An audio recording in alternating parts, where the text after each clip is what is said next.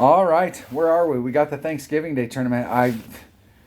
My mother-in-law fell, hurt her back. Was in a rehab place for a while. Now she's staying with us. So she moved in this weekend. Busy, busy life. Is that what the deal is? It's life taking over. So I haven't even looked at it. It's Monday. We have a qualification round here, and I haven't even looked at the holes. Have not even looked at them. So I'm just gonna walk through them real quick. I've got I got like 45 minutes, so we'll just go through them. Haven't looked at them, so let's see what I can remember. A couple things about this hole. When you first start playing, this is one of the holes that you start, and this is a hole to remember that if you come out here and you get a ball big enough so that you can get over into this area, it only takes, in order to stick up here, you can do this from Ricky from the very beginning of the game when you have a very low level extra mile that only has like 1 to 2.25 top spin, 2.5 top spin. That is more than enough with like a level 3, level 4 extra mile, whatever it's got, where it's got only 2.5. That's all you need in order to get right up to the front. And from the front, you have a great shot to the cup. And I believe from up here, it's like mid short iron, maybe minimum short iron, depending on what size ball you bring. If you're in one of those spots where if you could eke it just a little bit, it's if you're, let's say your mid club is here and your min club is here and here's your max. And with the ball that you're using, you're ending up in this area or in this area. You can push that area forward or back by changing ball. And sometimes maybe you're at mid, but it's even better when you're at minimum. It's more accurate. So like trying to change your set, like bringing out a bigger ball. You're not necessarily bringing out the bigger ball for the drive, although you may need to bring out a bigger ball in order to get past this against headwind. This island is a no-go. I mean, it is super dome. So like if you hit it, I suppose there's one spot up at the top that's absolutely the perfect spot, but anything else, it can go wonky. Now, all that being said, there is a way that you can come out here either with a max overpower hook shot, or I think with an upper developed apocalypse and just curl, or maybe even a rock if you brought out a big enough ball, where you can get over and get on in one. These sand traps are problematic. There's a spot. If I remember correctly, I was like maybe white ring off the edge of this, somewhere out in that neighborhood to start off with if you're doing a hook. But I think if you're trying to just do max curl, it's really all about getting your bounces so that you can bounce. And I've had more success coming in on this side, getting through the sand and ending up a little bit high than I have trying to go out in this direction. But we'll have to work on hole number 1. Hole number 1 will be an experience. That hole's been around. Anybody who's played the game any length of time has played that hole. Hole number 2. This hole has been redesigned so many times I can't even remember how to play it. And I'm not saying that it has been redesigned here. This hole has been changed so many times. I really don't know. I know for a long time there's a no move shot you can do here, but even now it looks like it's been changed again. So this is going to be whatever takes the least amount of movement. Anytime you're coming into these greens and you have to put on more than 3 backspin, I try not to go at them where I have to put on topspin. The whole deal is that you want to go at them where you've got a little bit of backspin, where you can woe up the ball and get it on its path, and then it releases and just rolls out to the cup. So you can get up close and you can try and backspin it. If you have a thorn, it's got enough ball guide that you can actually see the back of the tail when you're doing backspin, which is something that the Guardian doesn't have. It doesn't have good enough ball guide even when it gets maxed out. But you do pick that up in the thorn, where if you're doing that backspin shot, that's definitely the club to do. But if you can stay out in this area and just try and finesse it in where you're using very little spin. The problem with staying far back on a hole like this is now you're involving yourself with all of this terrain on your run to the cup. So sometimes you can split the difference, and instead of doing a full backspin shot, you can start off with your first bounce on the fringe. So that means you've got your second bounce gets you pretty pretty far out there over some stuff before you start running off to the cup. It'll be interesting to see how this hole plays out, because this hole has changed so many times that I literally, I'm just gonna, it'll become evident when you get on the hole. Hopefully. What kind of freaking guide was that? What the hell did you teach us on that? All right. Now, I know that you can get out here to the end, and you could probably do this in one-on-one. This is a power 3 hole.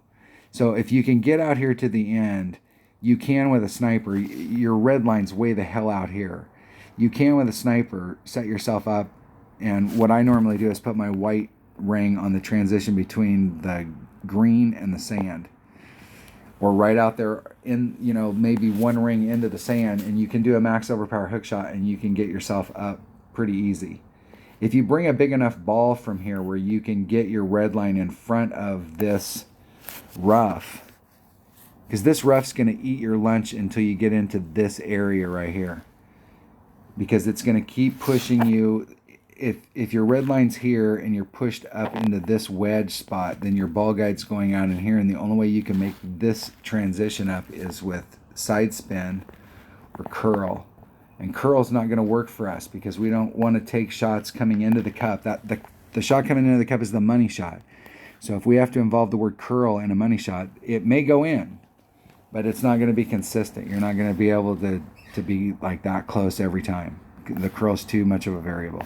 We got to stick with side spin. So if you're going to come out into this area, having a side spin ball is definitely going to be beneficial. And the farther you can get up into this pocket, and the biggest and a bigger ball, and maybe even a bigger hitting second club like a Cataclysm or a Big Dog Guardian, seeing what your options are depending on how far you can get up here and what ball you bring. Now, there are several shots to the other side. So if we look from the tee box, trying to get out into, if I remember correctly from red line, depending on ball, you may be bouncing over from here and then trying to bring it out and getting out to the tip. Depending on the ball and depending on which way the wind's blowing, you may be able to reach over to here, which means that you would be driving for this side. But I think more than likely you're going to be trying to get into this area. It just really depends on ball. This is a tough area to get through. Like if you're trying to bring out a bigger ball to get farther forward into this fairway, you got to deal with this fairway at the very end of your run, and you have the least amount of control. So if you were off trajectory up here or here, it's really going to become evident when you get down into here. Because anything to the right, you'll probably make it because the fairway dips in, and so you don't have to go quite as far for it to clear out in this area, but it runs out real quick and you'll probably end up in the rough over here. If you go to the left, the fairway gets deeper the farther you go to the left, so you got to hit the ball farther forward in order to clear the fairway. You may get caught in the rough over here, but you can still recover from anywhere down in this area. If you get in trouble down here, on the other hand, you are screwed. Now, I think if you get all the way to the tip here, it seems like this is a wood shot, but I think it really just depends on the ball that you bring in, and there is several ways that you can go at it. There is kind of a rough bump here, but this cup is, if you foul up, what you may have to do is bounce off of this island to get over. And remember, if you have to use this island to bounce over to recover, getting over is the goal. Okay, at that point, let's just recover, get our eagle, move the hell on. We do have a lot of options on that hole. The ball thing is what throws off some of these holes, because there's some holes like you can think about how we did it for a long time and then like what kind of ball we have now. This is a hole that has radically changed from its original configuration. In the original configuration, it was different. And it was a good opportunity to pick up an eagle, and this hole right here is almost a must. Now, these trees, there is a lane that's right through here, where you can go from the tee box into that lane. And you're going off in this direction. And there really isn't a lot of room here to bring it in on a curl, because if you try and put curl in it to try and get through, it's either going to, if you're on the inside, you're going to clip the tree over here, and if it's on the outside, it's going to clip the tree over here. You almost have to hit it in straight. You can put a little bit on it, and it is possible. I've seen some people, these trees are acting different than they used to in the past. And I have seen some people try and come at it either going through the trees, which I still think is not the way to go here.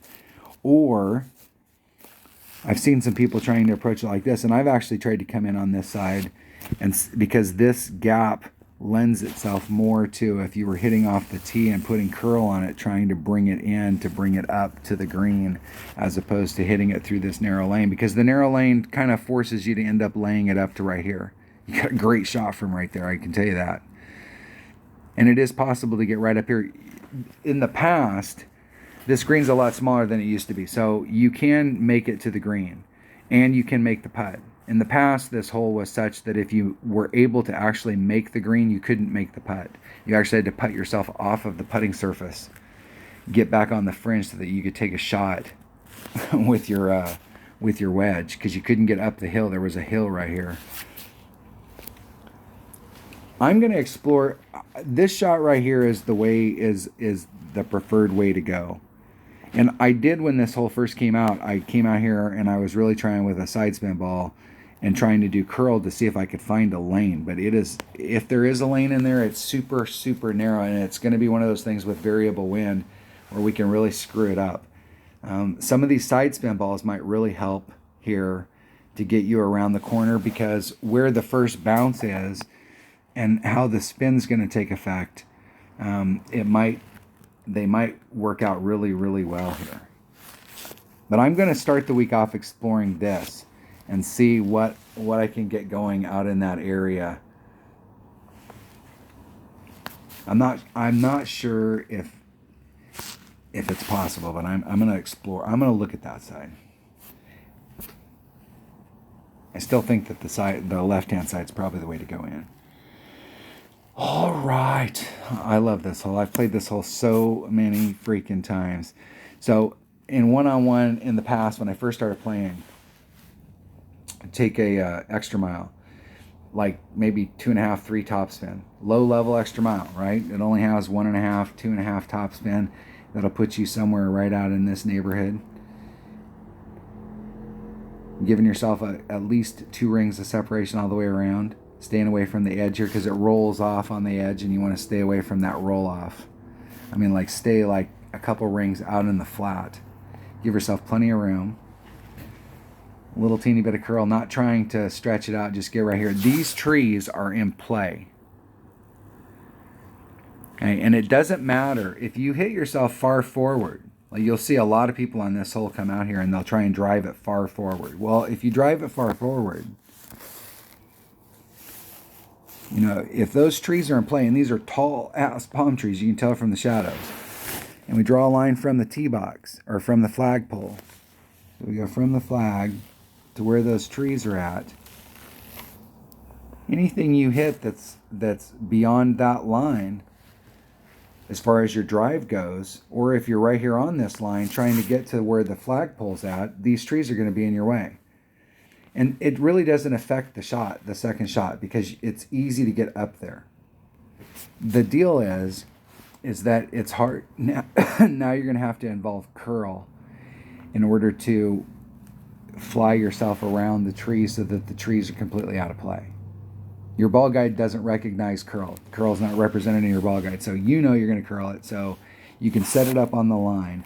But here's a tip on this, especially when you're playing this in one-on-one, and if you're playing it with low-level balls. You can come out here, and if you've got a bag that's got whatever driver, just trying to lay it up out into this area with a Marlin and a Guardian. You can take a Guardian with max topspin, the 2.5 that it has, and wedge it 3 rings up against this transitional surface. Max topspin, max curl, max overpower, and it'll go right to the cup. I've played this hole so many times, you can do that in your sleep. Just take the wind out. If it's going against a big headwind, it could be problematic, but it gets right to the cup. But if you bring out a 3-power ball, on the other hand, it's super easy here. You can actually almost walk your tail to the cup. And this green has a ridge that's somewhere right in this area right here. And if you're on the top, this area, you won't be able to make the putt to the cup, even though right after that's downhill. So you do not want to get stuck up here at the top. If you go past the cup, there is a ton of fairway past the cup. So, I mean, you can go flying past the cup and you've got plenty of room. But if you're on the other side of the green back here, it is a makeable putt. Even though this is an old hole, and some of these old holes it's hard to make a putt, that one is makeable. This is a great hole. We have a shot here. You can get aggressive, but the deal is that it really doesn't help you a lot to get super aggressive to get up here, because I think you're still in wood. Now, if you could get up here far enough where you could change your club into long iron, then it might be worth the effort. But really, this is one of those holes that it's not a high percentage Albie, but there is a great opportunity for Albie here. And we can do this with a club. We can do this with our sniper, so we can get ball guide and we can get all of the things that we're looking for. And they got enough balls out there now that you can get the side spin balls, where if you were a little close to the edge of the trees, you could set the ball up and then use the side spin so you can still see your ball guide. Hole number 6. Hole number 6. All right. I don't even remember this hole. What freaking course is this from? This is Maple Bay.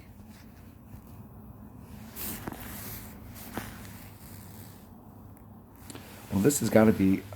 I'm not a big fan. Now, that's not to say that I won't get on this hole, and Dunner and I will talk about it, and he'll show me some shot from over here, but I'm usually not a fan of putting... Like, why the hell would I put the sand into play when I can hit on the other side of the sand, and I'm already on the freaking green? And we've got a rough bump opportunity. We've got...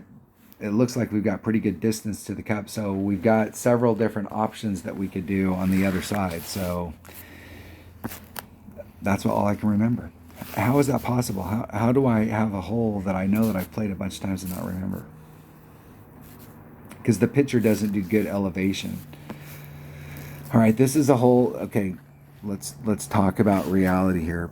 PD Playdemic is a ball manufacturer.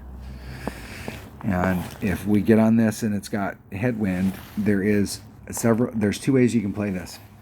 You can play for a shot right here where you're doing a rough bump. And if we've got a tailwind, it's all good. You could probably do it with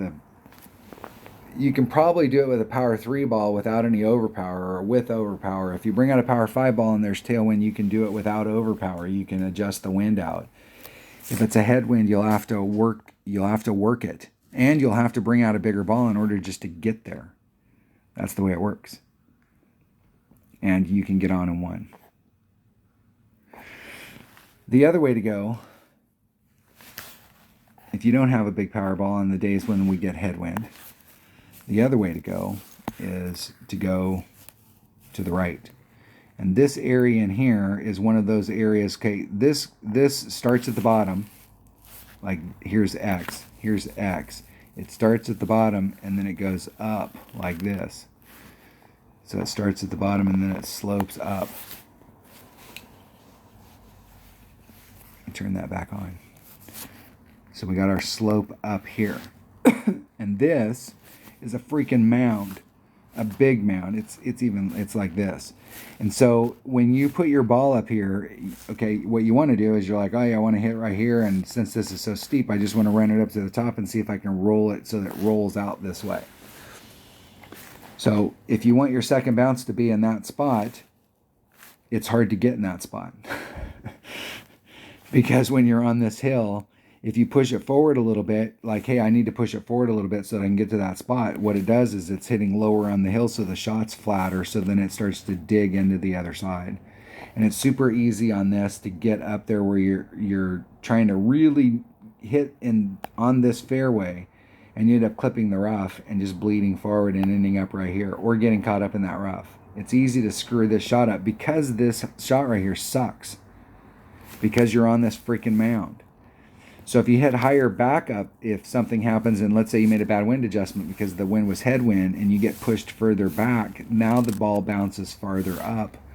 And it's more likely that the ball is just going to do a pop-up and it can end up right in the sand. So it's this shot over on this side, well, it just seems like it's pretty easy. The drive itself can be a little tricky, so don't be prepared if you screw it up that it's like that side sucks. But if you're on that side and you can get over to the fairway here, you got a great rough bump. And you really have to work with your club's ball combo to make sure, because I think there's a red line issue right in here. So if you bring out the wrong ball, depending on the clubs that you have, you may have a red line issue where the spot that you want is right dead center in the red line that you're for the two clubs that you have.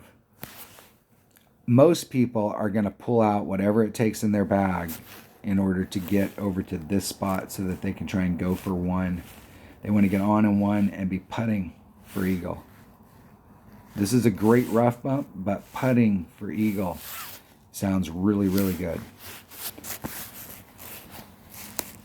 9 out of 10 golfers agree. And the other 10 were drunk. The other 10% were drunk. They didn't understand the question. All right. I will say this, whether this is right or wrong, in one-on-one play on this particular hole, I like to set myself up so that I'm dead center in the middle of these two shadows, and I'm dead center in the middle of this fairway. And if I have a headwind in one-on-one play, if I have a headwind, a dead headwind, it's a 40% adjustment. If I have a due tailwind, it's a 10% adjustment.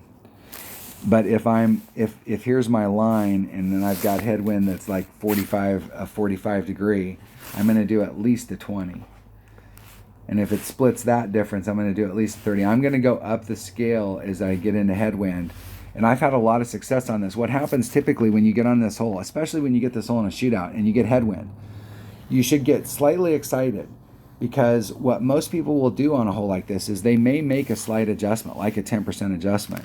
But what will happen is their second bounce will clip on this rough and it'll just bleed out and it'll end up right here.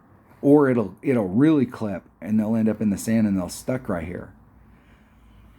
And it's because when we have headwind on this hole, whenever, especially in Golf Clash, when you're dealing with sand and you're on the beach, the wind here and how it happens when you go over sandy areas, it can really affect it.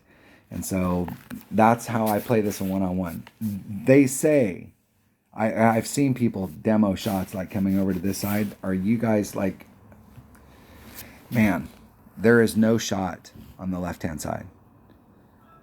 Now you can do a rough bump off of this area right here and try and rough bump it on. There is a rough bump that you can do from here that's fairly decent. But the problem with this rough bump is the same problem that people have out here. Is you got to know how the wind works here. So if we've got to do headwind, that wind is definitely going to be higher. It's definitely going to be a bigger adjustment than if we've got a tailwind or a side. And we're going to have to chase the wind around depending on which way the wind's blowing. I like this hole. This hole in one-on-one, I've played this hole a lot in one-on-one, and I've won a lot of matches on this hole. And I especially like it on days when there's headwind. Santa Ventura, Juniper Point.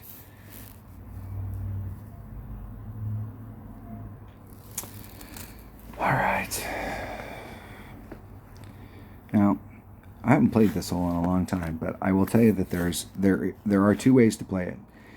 The first thing is if you bring out a power 3 ball, and you don't have to bring out a power 3 ball depending on your second club, but I will tell you that if you're going to the left and you're trying to get out here to the tip, the shot from here to the cup,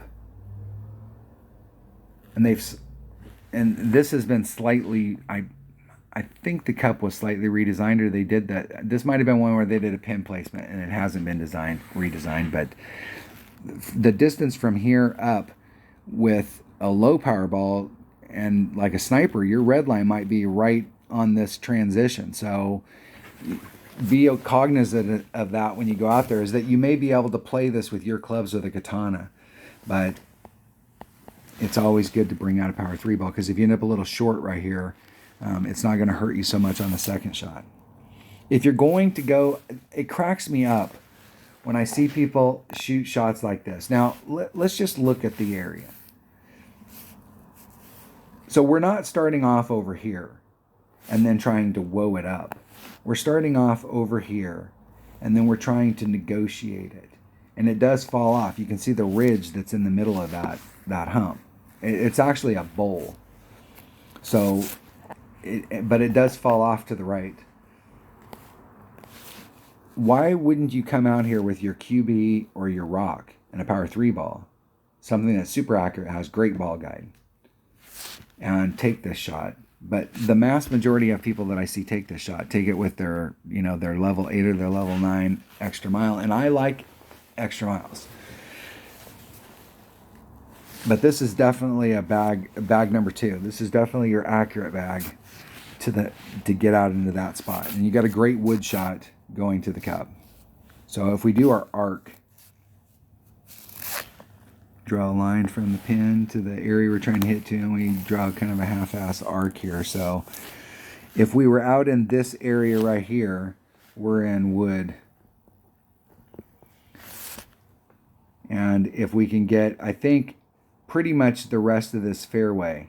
Now, depending on ball, there might be a spot up here in the front where you can go from long iron to your short iron. But for most of this is going to be long iron range. And if you can get up here to the front where you're in like minimum long iron or mid long iron, you've got several options coming into the cup.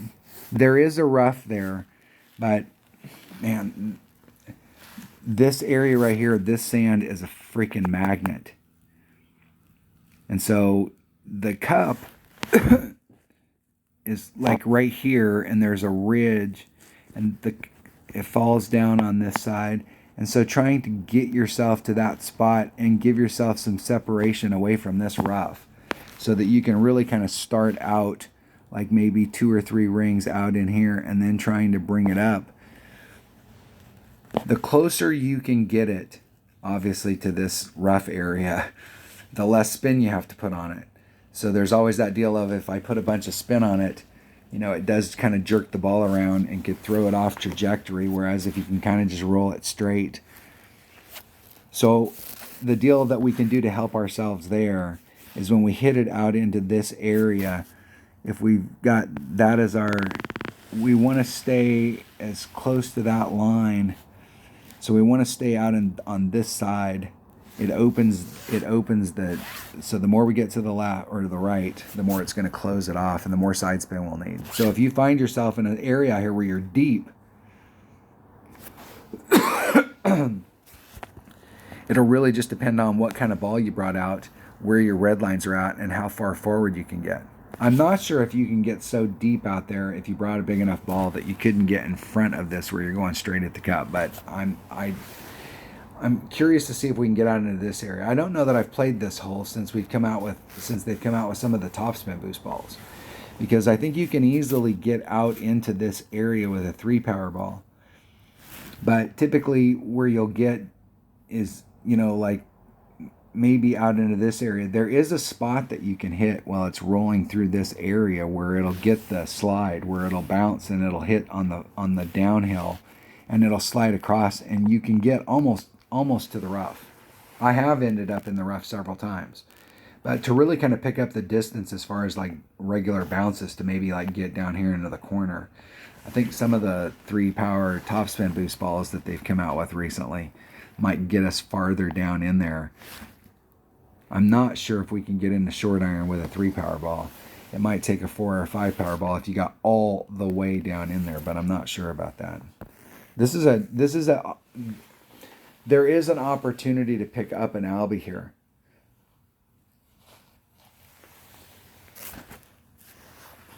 The thing I like about this shot is there's areas out here that you can screw up in, but you could recover. So with my Nirvana, I might, if I screwed up out here, I might not be able to make it all the way to the green. But if I could make it over to this fairway on my first bounce, I could get it 3/4 of the way there. Even if I have to bounce over from here and get over to the other side and end up there where I've got a wedge coming in, I've still got a great opportunity. Most of these other areas I could recover. But if you take this shot over here and you screw it up, you're done. Because you can barely make it from here to here with a wood. I think if you brought out a big enough ball, you might be able to do this. Maybe with a Goliath. One of those big hitting long irons. All right, there you have it. That's that's the thing. I didn't even do any research. I just came out to the garage, opened it up, shot a video on those holes, gave you some thoughts. You're probably already playing them. You've probably already played them so many times. You're like, dude, we already know numbers on these holes. Like, we already know all of the stuff.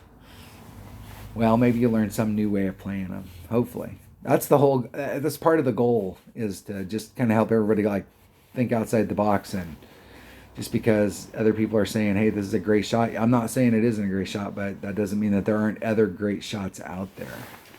Thanks for watching. Have a great week.